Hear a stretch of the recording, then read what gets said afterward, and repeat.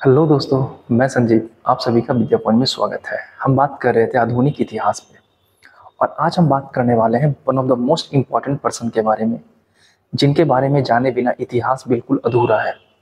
वो है गांधी जी। गांधी जी के जीवन की यात्रा को हम लोग देखेंगे कि कैसे कैसे इनका जीवन यात्रा रहा था। भारत में इनका क्या योगदान रहा था, इंग्लैंड में इनका क्या योगदान रहा था, दक्षिण अफ्रीका में इन्होंने अपना क्या योगदान दिया था, और साथ ही साथ जब दक्षिण अफ्रीका से ये वापस लौट कर आते हैं तो ये भारत की आज़ादी के लिए क्या योगदान देते हैं। तो बिना देर करते हुए चलते हैं, हम गांधी जी के बारे में जानते हैं। तो आप जब तक लाइक कर दीजिएगा। हम बात करते हैं पहले बेसिक गांधी जी के परिवार के बारे में कि गांधी जी के परिवार में था कौन कौन। तो चलते हैं। जैसा कि गांधी जी के परिवार में पिता, और पिताजी का नाम क्या था, तो नाम था करमचंद गांधी। क्या नाम था? करमचंद गांधी। ठीक है। और इनकी माता, माता का क्या नाम था? तो माता का नाम था पुतली बाई। अब जो भी मैं यहाँ पे मेंशन कर रहा हूँ, मैं रिक्वेस्ट कर रहा हूँ कि चीजें आप नोट डाउन करते चले जाना। मुझे पता है कि बहुत सारी चीजें मैं यहाँ मेंशन करूंगा जो ऑलरेडी आप नहीं जानते होगे। ठीक है। जो जानते होगे अच्छी बात है, नहीं जानते होगे तो मेंशन कर लेना। अब गांधी जी के परिवार में अगर देखा, फैमिली में देखा जाए कि कौन कौन लोग थे, तो गांधी जी के परिवार में ऐसे लोग थे, यानी कहने का मतलब ये कि उनके भाई कितने थे, बहन कितने थे, और वो खुद, इनके बारे में बात करते हैं। तो गांधी जी की बहन का नाम था रलियत। हाँ बिल्कुल, रलियत ही नाम था। एक भाई थे जिनका नाम था कृष्णदास, और आप मेंशन करते चले जाना। एक भाई का नाम था लक्ष्मी दास, लक्ष्मी दास। और गांधी जी खुद, इनका नाम था मोहनदास करमचंद गांधी। तो ये बात आप जानते होंगे कि गांधी जी का क्या नाम था? मोहन दास करमचंद गांधी। ये गांधी जी का नाम था, है ना। तो ये तो हुआ गांधी जी के कितने भाई थे और एक बहन थी। गांधी जी के परिवार में आगे हम बात करें तो आगे इनके 4 पुत्र थे, और चारों पुत्र के बारे में एक एक करके हम बात कर लेते हैं। तो गांधी जी के परिवार में एक पुत्र का नाम था हरिलाल, एक पुत्र का नाम था मनीलाल, एक पुत्र का नाम था रामदास, और एक पुत्र का नाम था देवदास। अब ये जो 4 पुत्र का मैं नाम लिखा हूं, चारों को आप नोट डाउन कर लेना। एक इनके 5वें पुत्र थे जो मुंहबोले पुत्र के रूप में जाने जाते थे, जिनका नाम था जमुना लाल, जमुना लाल बजाज। आप नाम इनका सुने होंगे। यानी गांधी जी के 4 ही पुत्र थे, ये 5वां मुंहबोले पुत्र थे। और अगर आपसे पूछा जाए कि गांधी जी के कुल कितने पोता पोती था, तो ये टोटल था 13। 4 पुत्र से 13 पोता पोती थे गांधी जी के। गांधी जी की भाभी का नाम भी जानना है, चलो मैं भाभी का नाम भी बता देता हूँ। एक का नाम था कुमार वेन, जबकि एक का नाम था, यहीं पे मैं लिख दे रहा हूं, गंगा भी। गंगा भी। अच्छे से याद रखना कि गांधी जी की भाभी का क्या क्या नाम था। एक का नाम था गंगा भी और एक का नाम था कुमारबेन। ये गांधी जी की भाभी का नाम है। तो ये है गांधी जी का एक फलता फूलता परिवार। लेकिन हम इसमें सिर्फ इनके बारे में पढ़ेंगे और इनके जीवन के बारे में पढ़ेंगे और इनकी जीवन यात्रा के बारे में पढ़ेंगे। तो चलते हैं, करते हैं स्टार्ट गांधी जी की जीवन यात्रा के बारे में। तो अगर बात करें कि गांधी जी का जीवन यात्रा कैसा रहा, तो सबसे पहले बात करेंगे जन्म के बारे में। और आप सबको पता है गांधी जी का जन्म कब हुआ था? 2 अक्टूबर 1869 को गांधी जी का जन्म हुआ था। और इस दिन हम लोग क्या मनाते हैं? तो इस दिन हम लोग अहिंसा दिवस मनाते हैं। अहिंसा दिवस, आपको पता होगा गांधी जी का प्रयोग यही किए थे लाइफ में, अपना सत्य और अहिंसा का प्रयोग किए थे और सत्याग्रह का इस्तेमाल किए थे। सत्याग्रह का अर्थ होता है सत्य के साथ आग्रह। ठीक है। और इसका प्रयोग दक्षिण अफ्रीका में किए थे 1906 में पहली बार। तो सारी बातें करेंगे डिटेल में। ठीक है। गांधी जी का जन्म के साथ साथ गांधी जी की मृत्यु यहीं पे देख लेते हैं। कब मरे थे गांधी जी? तो 30 जनवरी को मरे थे। 1948 को गांधी जी की मृत्यु हो गई थी। और मारने वाला कौन था? तो मारने वाला था गोडसे, भारत का सबसे बड़ा आतंकवादी। गोडसे, जिसका कोई कतई योगदान नहीं है स्वतंत्रता आंदोलन में, लेकिन आज के लोग पता नहीं उसके बारे में क्या क्या बातें करते हैं। 3 गोली मारी गई थी गांधी जी को, और गांधी जी का अंतिम वचन था हे राम। तो ये सारी बातें एग्जाम में पूछा जाता है। तो गांधी जी की मृत्यु हुई थी 30 जनवरी को। इस दिन हम लोग क्या मनाते हैं? शहीद दिवस मनाते हैं, या इसी दिन मनाते हैं कुष्ठ रोग निवारण दिवस। कुष्ठ रोग निवारण दिवस। तो ये भी बातें मेंशन कर लीजिएगा, अगर पूछ दे तो याद रखिएगा। और गांधी जी की हत्या की गई थी, आकस्मिक मृत्यु नहीं हुई थी। गोडसे गांधी जी को गोली मारा था, प्रॉपर 3 गोली, और हे राम करते हुए गांधी जी की मृत्यु हो गई थी। आगे चलते हैं। जन्म हो गया, मृत्यु हो गया। अब गांधी जी का हाई स्कूल के बारे में बात करते हैं कि पढ़ाई कहाँ हुआ था। तो गांधी जी की पढ़ाई हुई थी अल्फ्रेड हाई स्कूल में। मेंशन कर लीजिएगा स्कूल का क्या नाम था, और ये क्वेश्चन पूछा है बाबू, अल्फ्रेड हाई स्कूल। अब स्कूल देख रहे हैं तो एक बार गांधी जी का कॉलेज भी देख लेते हैं। गांधी जी का कॉलेज का नाम था श्यामल दास। ये गांधी जी के कॉलेज में नाम नहीं था, गांधी जी जिस कॉलेज में पढ़ते थे उस कॉलेज का नाम था श्यामल दास कॉलेज, ठीक है। और श्यामल दास कॉलेज कहाँ था? तो श्यामल दास कॉलेज था भावनगर में। और भावनगर कहाँ है? तो भावनगर है गुजरात में। तो ये गांधी जी का स्कूल हो गया और गांधी जी का कॉलेज हो गया। अब बात करते हैं गांधी जी के विवाह के बारे में, और जो बातें आप नहीं जानते हो नोट डाउन करते चले जाना, ठीक है। गांधी जी का विवाह की उम्र थी, गांधी जी का विवाह हुआ था 1883 में, ठीक है। कितनी वर्ष की अवस्था में कभी कभी पूछता है, तो 13 वर्ष की अवस्था में गांधी जी विवाह किए थे। अब विवाह किए थे तो पत्नी का नाम भी तो जानना है। तो पत्नी का नाम क्या था? तो गांधी जी का पत्नी का नाम था कस्तूरबा गांधी। और इनका उम्र कितना था इस समय? तो 14 वर्ष था। अब ये कतई मत समझना कि लड़की की उम्र हमेशा छोटा ही होना चाहिए, कहीं लिखा नहीं है। इस समय बाल विवाह का प्रचलन था, काफी चरम पे था बाल विवाह, ठीक है। तो गांधी जी 13 वर्ष की उम्र में शादी किए थे, जबकि उनकी पत्नी का उम्र था 14 वर्ष। गांधी जी स्कूल कर लिए हैं, कॉलेज कर लिए हैं। अब इनके मन में एक इच्छा है कि मैं वकील बनूं, बैरिस्टर बनूं, ठीक है। अब ये बैरिस्टर की पढ़ाई करने के लिए कहाँ जाएंगे? तो लंदन जाएंगे।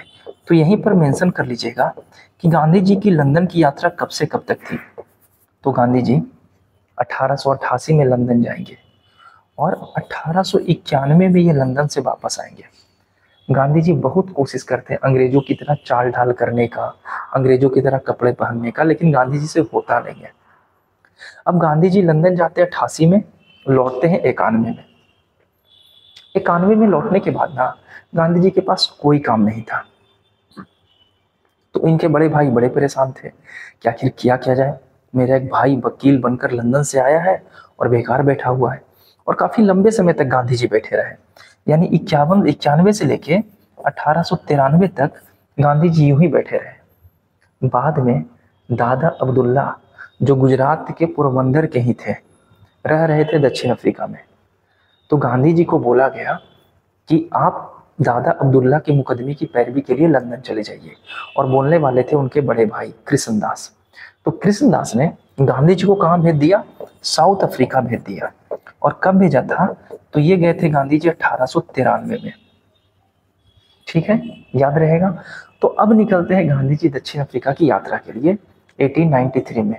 अब गांधी जी की जीवनी का परिवर्तन होगा। गांधी जी का मुलाकात हुआ अंग्रेजों से, और उसके असली रूप से कि इंग्लैंड होते कैसे हैं। इंग्लैंड से तो ये पढ़कर आ गए थे, अब इंग्लैंड का असली चेहरा गांधी जी देखने वाले हैं। तो थोड़ी सी बातें हम और करेंगे और आगे चलेंगे चीजों पे। तो अभी तक हमने ये जाना कि गांधी जी कहाँ गए थे। तो भारत से गए थे, गुजरात से गए थे कहाँ? तो गुजरात से इनकी यात्रा थी लंदन की, ठीक है। अब ये गुजरात है और ये है हमारा लंदन का सफर। कब से कब तक गए थे? तो गांधी जी 1888 में गए थे और 1891 में वापस आ गए। इसके बाद गांधी जी यहाँ से निकलते हैं और जाते हैं दक्षिण अफ्रीका का डरबन शहर। और यहाँ पर गांधी जी जाते हैं 1893 में, 1893 में दक्षिण अफ्रीका का यात्रा करते हैं। अब गांधी जी जब दक्षिण अफ्रीका की यात्रा कर रहे थे ना, तो गांधी जी को एक उपनाम दिया गया था, और यहीं से गांधी जी का उपनाम शुरू होता है। 15-16 से ज्यादा उपनाम दिया गया था गांधी जी का। पहला, सबसे पहला उपनाम दिया गया था गांधी जी को भंगी शिरोमणि का, याद रखिएगा, भंगी शिरोमणि। अब ये कब दिया गया था पूछा जाए तो ये दिया गया था साउथ अफ्रीका की यात्रा के दौरान, याद रहेगा। अब गांधी जी क्या करते हैं, 1894 में ट्रेन से कर रहे थे यात्रा। इनके पास फर्स्ट क्लास का टिकट था और ये ट्रेन में मस्त बैठे थे। इनको तो लगा था कि हमें रोकने वाला कोई नहीं है। लेकिन हुआ क्या, जब टीटी आता है, ट्रेन टिकट चेक किया जाता है, तो गांधी जी के पास फर्स्ट क्लास का टिकट होता है। इसके बावजूद गांधी जी को धक्के मार के प्रॉपर निकाल दिया जाता है ट्रेन से। ठीक है, तो देखते हैं कि पहले वो ट्रेन जा कहाँ से कहाँ तक रही थी। तो जो ट्रेन की यात्रा गांधी जी कर रहे थे, वो ट्रेन जा रही थी डरबन, डरबन से प्रिटोरिया जा रही थी। ये बात मेंशन कर लीजिएगा कि वो ट्रेन जा रही थी डरबन से प्रिटोरिया, और इसी के बीच में एक जगह पड़ता है जिसका नाम है पीटर्सबर्ग। ये अच्छे से याद रखिएगा, पीटर्सबर्ग, जिसे पीटर वर्स के नाम से जानते हैं। यहीं पर गांधी जी को धक्के मार के नीचे उतार दिया गया था, क्योंकि गांधी जी के बारे में कोई जानता नहीं था और ऐसा उनका कोई योगदान भी नहीं था उस समय 1894 में। अब गांधी जी अड़ गए कि मैं जाऊंगा तो फर्स्ट क्लास से ही जाऊंगा। बाद में गांधी जी को फर्स्ट क्लास से ही भेजा जाता है, लेकिन यहीं पे गांधी जी को आभास होता है कि दक्षिण अफ्रीका में आखिर काले गोरे के बीच में कितना भेदभाव चल रहा है। अब इसी समय 1894 में, अच्छे से याद रखिएगा, 1894 में गांधी जी नटाल आश्रम की स्थापना करते हैं। और ये क्वेश्चन पूछा है कि गांधी जी ने नटाल आश्रम की स्थापना कहाँ की थी, तो साउथ अफ्रीका में सबसे पहली बार गांधी जी ने नटाल आश्रम की स्थापना की थी।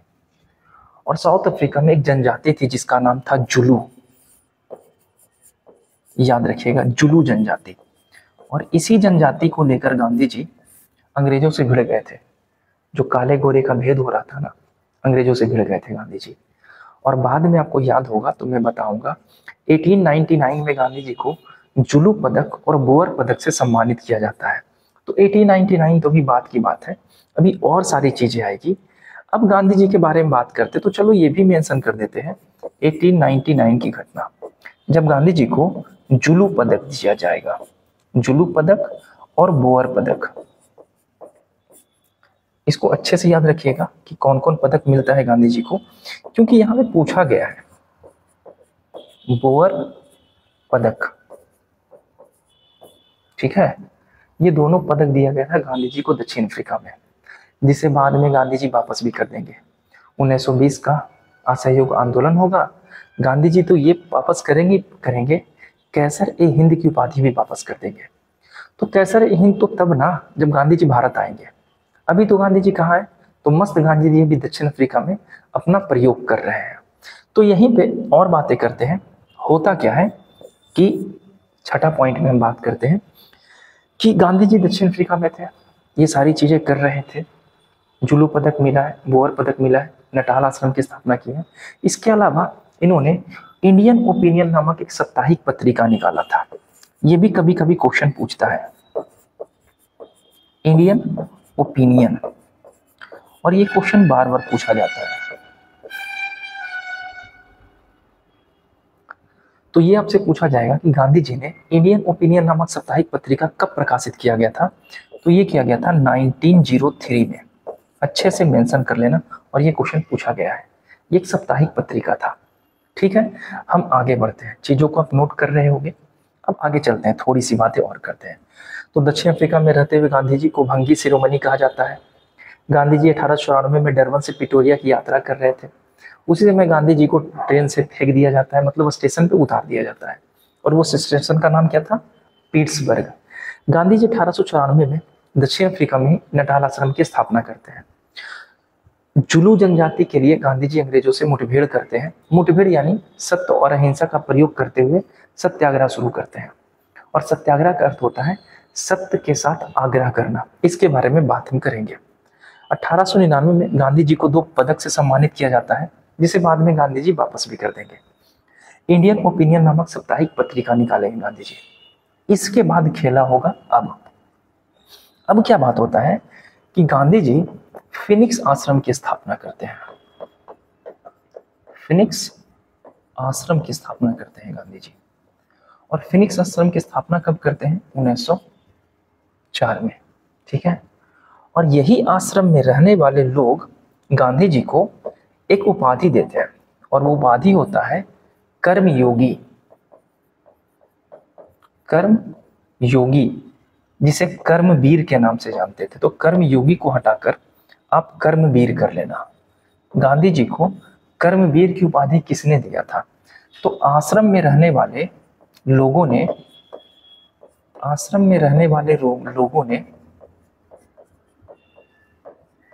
गांधी जी को ये कर्मवीर की उपाधि प्रदान की थी।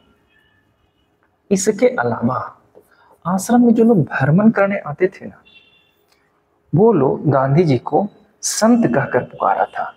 ठीक है, योगेश्वर संत कहकर गांधी जी को पुकारा था। कौन लोग? जो आश्रम में भ्रमण करने के लिए आते थे। तो एक तो हमारा स्टार्टिंग में हम लोग देखे थे कि गांधी जी जब दक्षिण अफ्रीका पे निकले थे, उस समय गांधी जी को एक उपाधि दी गई थी। एक उपाधि गांधी जी को अभी मिला है कर्मवीर का, एक उपाधि गांधी जी को संत का उपाधि दिया गया है, जो आश्रम में भ्रमण करने के लिए आते थे। अब बात यह आता है कि गांधी जी ने सबसे पहले सत्याग्रह का प्रयोग कहाँ किया था, कब किया था? सत्याग्रह। तो गांधी जी ने सबसे पहले सत्याग्रह का प्रयोग 1906 में किया था। और कहाँ किया था? तो दक्षिण अफ्रीका में। सत्याग्रह का अर्थ होता है सत्य के साथ आग्रह करना कि मैं आपसे निवेदन कर रहा हूं कि जो मैं बोल रहा हूं वो बिल्कुल सत्य है, कृपया करके आप मेरी बातों को माने और जो उचित है वो आप करें। ठीक है। तो सत्याग्रह का प्रयोग सबसे पहले गांधी जी ने 1906 में यहीं पे किया था। लेकिन एक बात और याद रखना, इसके पहले 1901 में गांधी जी भारत आएंगे और आईएनसी के अधिवेशन में हिस्सा लेंगे। तो ये क्वेश्चन एक बार पूछा गया है कि गांधी जी ने सबसे पहले आईएनसी के किस अधिवेशन में हिस्सा लिया था? तो 1901 के अधिवेशन में गांधी जी हिस्सा लेंगे। हाँ, बाद में अध्यक्षता करेंगे, बेलगांव अधिवेशन 1924, तो वो बाद की बात है। यहाँ पर 1901 में गांधी जी आईएनसी के अधिवेशन में हिस्सा लेंगे। इसके बाद फिर से दक्षिण अफ्रीका जाएंगे और 1906 में सत्याग्रह का प्रयोग करेंगे। इसके बाद एक क्वेश्चन पूछा जाता है कि गांधी जी ने जेल की यात्रा कब की थी? जेल यात्रा अगर पूछ लिया जाए तो गांधी जी की जेल की यात्रा हुई थी 1908 में। ठीक है। तो गांधी जी क्या क्या किए थे? तो एक मैं शॉर्ट में बता दे रहा हूं। गांधी जी दक्षिण अफ्रीका में NEFT, याद रखना, NEFT। अब ये NEFT का मतलब क्या होता है? तो NEFT का मतलब है नटाल आश्रम, नटाल इंडियन ओपिनियन, फिनिक्स आश्रम, और एक और फॉर्म खोलते जिसे कहते हैं टॉलस्टॉय फॉर्म। टॉलस्टॉय फॉर्म ये गांधी जी का दक्षिण अफ्रीका में किए गए प्रयोग है। नटाल आश्रम, इंडियन ओपिनियन, फिनिक्स आश्रम और लास्ट में टॉलस्टॉय फॉर्म की स्थापना करेंगे गांधी जी 1910 में। ठीक है। इसकी स्थापना किया जाएगा गांधी जी के जरिए 1894 में, ये किया जाएगा 1903 में और ये किया जाएगा 1904 में। ठीक है। ये सारे क्वेश्चन एक एक करके एग्जाम में पूछे गए हैं, तो अच्छे कर से नोट कर लेना। ठीक है। तो गांधी जी 1910 अभी भी दक्षिण अफ्रीका में ही है। गांधी जी का सत्याग्रह सफल रहा था, अंग्रेजों ने घुटने टेक दिया था और गांधी जी की लोकप्रियता बढ़ते जा रही थी। अब फाइनली दक्षिण अफ्रीका से गांधी जी वापस आएंगे। तो दक्षिण अफ्रीका में ये चारों आश्रम की स्थापना करते हैं, गांधी जी को कुछ उपाधि दी जाती है, गांधी जी अंग्रेजों से टकराते हैं और बाद में फाइनली गांधी जी भारत आते हैं। तो गांधी जी का भारत का सफर के बारे में थोड़ी बात करते हैं कि गांधी जी भारत वापस कब आते हैं। तो सबको पता है ना, गांधी जी भारत आते हैं 9 जनवरी को, 9 जनवरी 1915, और इस दिन एक दिवस मनाते हैं और वो दिवस मनाया जाता है प्रवासी भारतीय दिवस, है ना। तो प्रवासी दिवस या प्रवासी भारतीय दिवस इसी दिन मनाया जाता है, क्योंकि गांधी जी प्रवास से भारत लौटे थे 1915 में। ठीक है, और जब गांधी जी लौटे थे तो एक क्वेश्चन आता है कि जब गांधी जी भारत लौटे थे तो कैसा वस्त्र पहने थे। ये क्वेश्चन दरोगा का है।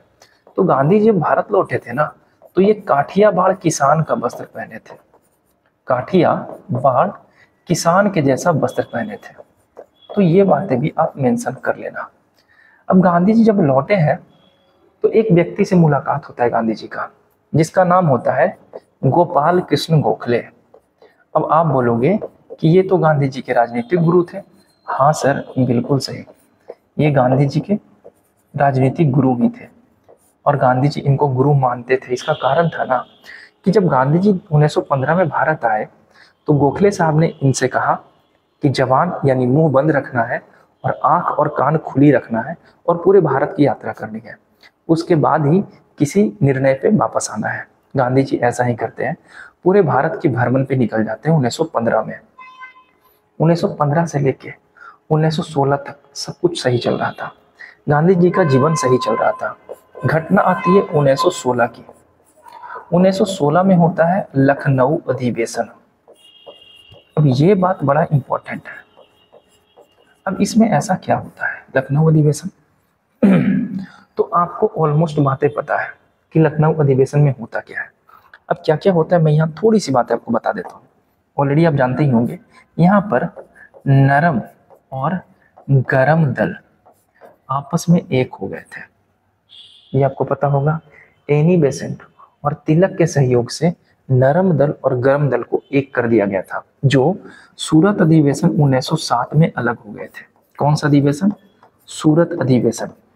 और क्वेश्चन अगर पूछा जाए कि अलग होने का कारण क्या था, तो अलग होने का कारण था कि गर्म दल चाहते थे कि विपिन चंद्र पाल को अध्यक्ष बनाया जाए और नरम दल चाहते थे कि रास बिहारी घोष अध्यक्ष बनेंगे, और फाइनली रास बिहारी घोष को यहाँ पे अध्यक्ष बनाया जाता है।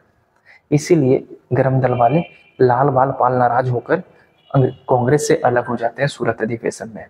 और बाद में 1916 के लखनऊ अधिवेशन में एनी बेसेंट और तिलक की मदद से फिर से दोनों को एक किया जाता है। और इसी अधिवेशन में एक व्यक्ति थे जिनका नाम था राजकुमार शुक्ल। राजकुमार शुक्ल। और राजकुमार शुक्ल गांधी जी को इनविटेशन देते हैं चंपारण आने के लिए कि चंपारण आइए और देखिए किसानों का हाल। और चंपारण आंदोलन हम अगले क्लास में करेंगे और तीन कठिया व्यवस्था क्या था।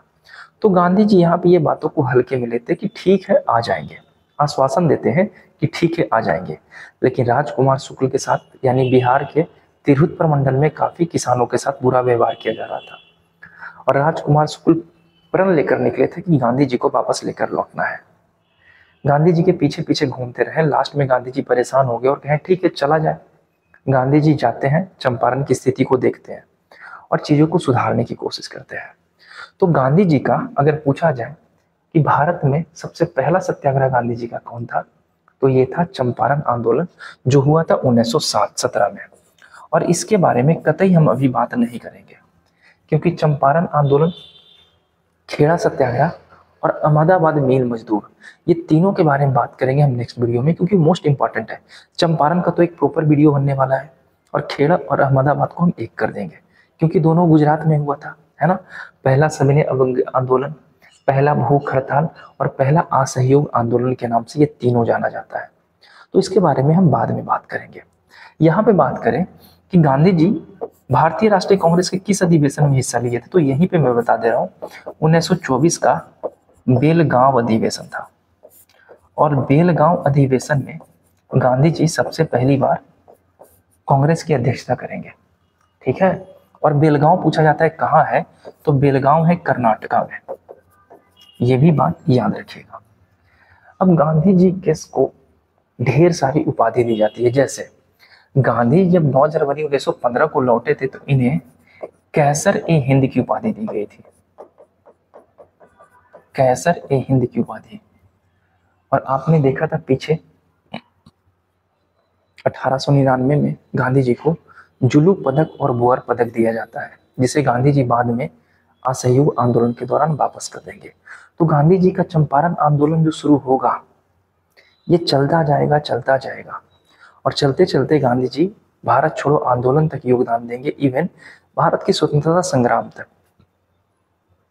कहा जाता है कि जिस समय भारत आजाद हुआ था 1947 में, उस समय गांधी जी बंगाल के नुआखली में भटक रहे थे, लोगों को समझा रहे थे कि आपस में दंगा करना कहीं उचित नहीं है, लोगों को समझाकर शांत कर रहे थे, और कुछ लोग जश्न मना रहे थे उस समय भारत की आज़ादी को लेकर। तो ढेर सारी बातें गांधी जी के बारे में, बेसिक बातें हम गांधी जी के बारे में कर रहे हैं। अच्छा, गांधी जी ने कुछ पत्रिका जारी किया था। जैसे एक क्वेश्चन आता है कि गांधी जी का, ये सब तो नोट कर ही लिए होंगे और नोट करते ही चले जाना, ठीक है। इतना आसान नहीं होता है चीज़ों को याद रखना और एग्जाम में आंसर सही करना।